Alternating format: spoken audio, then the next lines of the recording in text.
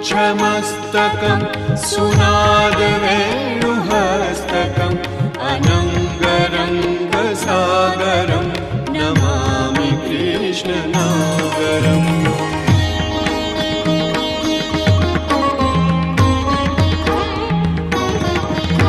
मनोजगर्वमोचनं विशाललोललोचनं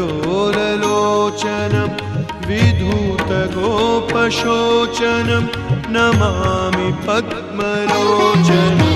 करारविन्दभूधरं स्मितावलोकसुन्दरं महेन्द्रमानदारणं Namami कृष्णवासुदेवम्।